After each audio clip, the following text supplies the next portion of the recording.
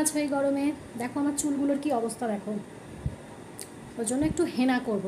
চলো তোমাদের সাথে শেয়ার করি তোমরা কিভাবে হেনা করো, আমাকেও একটু বলো। আমি হেনা ভিজিয়ে রেখেছি। হেনাটাকে চায়ের লিকার আর কফি দিয়ে ফুটিয়ে ওভারনাইট ভেজিয়ে রেখে দিয়েছিলাম। আর সকালবেলা একটা ডিম আর টক দইকে ভালো করে ফেটিয়ে এর সাথে মিক্সড করে নিয়েছি। তো আমি তো এরকমভাবেই হেনা করি, তোমরা কীরকমভাবে হেনা করো আমাকে জানিও। তো চলো করা যাক।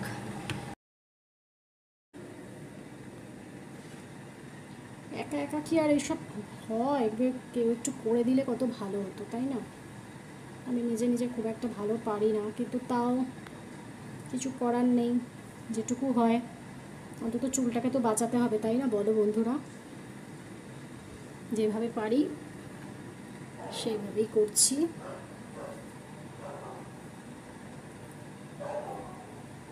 এক হাতে ক্যামেরা ধরে এইভাবে তো হয় না। তো ঠিক আছে, চলো আগে হেনাটা পুরো লাগিয়ে নিই ভালো করে মাথায়, তারপরে আবার তোমাদের সাথে কথা বলছি, ঠিক আছে?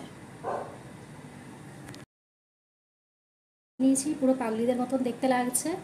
তো এটা 1 থেকে 1.5 ঘন্টা রাখবো, তারপরে ধুয়ে নেবো। আজকে আমি শ্যাম্পু করবো না, শ্যাম্পু কালকে করবো। আজকে শুধু জল দিয়ে ধুয়ে রাখবো, তাহলে কালারটা ভালো থাকবে। তো ঠিক আছে, আবার চুলটা ধুয়ে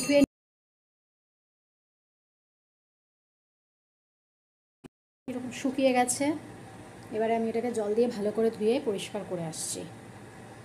এর থেকে বেশি শুকাবো না, এটাই ঠিক আছে। চুলটাকে ধুয়ে ফেলেছি, কিন্তু শ্যাম্পু করিনি, শুধু জল দিয়ে ধুয়ে নিয়েছি। এখন তো বোঝা যাচ্ছে না কতটা সুন্দর কালার হলো, পরে বোঝা যাবে কালকে শ্যাম্পু করে। ঠিক আছে, চলো টাটা।